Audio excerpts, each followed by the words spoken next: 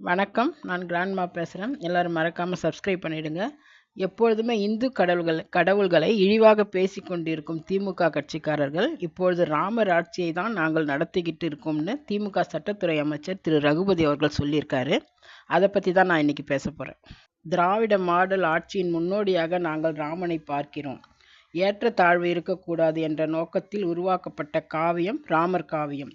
சமத்துவத்தையும் சமூக நீதியையும் எல்லோருக்கும் சமம் என்று போதித்தவர் ராமர் அப்படின்னு சொல்லியிருக்கார் அமைச்சர் ரகுபதி அவர்கள். சனாதனத்தை ஒழிப்பேன், டெங்கு மலேரியா கொரோனா போன்றது சனாதனம் சொன்னவர் அமைச்சர் உதயநிதி ஸ்டாலின் அவர்கள்.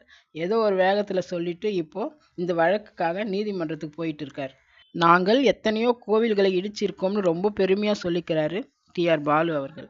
ஜெய் ஸ்ரீராமையும் பாரத மாதாவையும் ஒருபோதும் நாங்கள் ஏற்றுக்கொள்ள மாட்டோம் என்று சொன்னவர் தான் ஆர் ராசா அவர்கள். இந்துக்கள் எல்லாம் திருடர்கள் என்று சொல்லிவிட்டு எதிர்ப்பு வந்த பிறகு இந்துக்கள் என் மனதை திருடியவர்கள் என்று சொல்லி சமாளித்தவர் கலைஞர் அவர்கள்.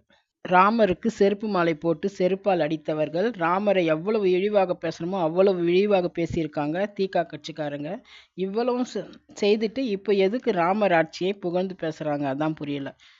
சாதாரண உழைக்கும் மக்கள் எல்லாம் ராமர் ஆட்சியா ராவணன் ஆட்சியானெல்லாம் அவங்க பார்க்க மாட்டாங்க. பொதுவாக நல்லாட்சியை தான் எதிர்பார்ப்பாங்க.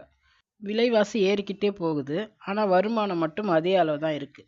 தேர்தல் அறிக்கையில் நாங்கள் ஆட்சிக்கு வந்தால் மின்சார கட்டணம் மாதம் மாதம் செலுத்தலாம்னு சொன்னாங்க. ஆனால் இப்போவும் 2 மாதத்துக்கு ஒரு முறை தான் மின்சார கட்டணம் மக்கள் செலுத்திக்கிட்டு இருக்காங்க. மின்சார கட்டணத்தை உயர்த்திக்கிட்டே போனால் நடுத்தர மக்களால் எப்படி சமாளிக்க முடியும்? வாடகை வீட்டில் இருக்கிறவங்க நிலைமை ரொம்ப பாவம். வரும் வருமானத்தில் பெரும் பகுதி வாடகைக்கும் மின்சாரத்துக்குமே போயிடுறது. விலைவாசியை குறைத்தாலே மக்களுக்கு நல்லாட்சி தான். வேலை இல்லாதவருக்கு வேலை வாய்ப்பு ஏற்படுத்தி கொடுக்கணும்.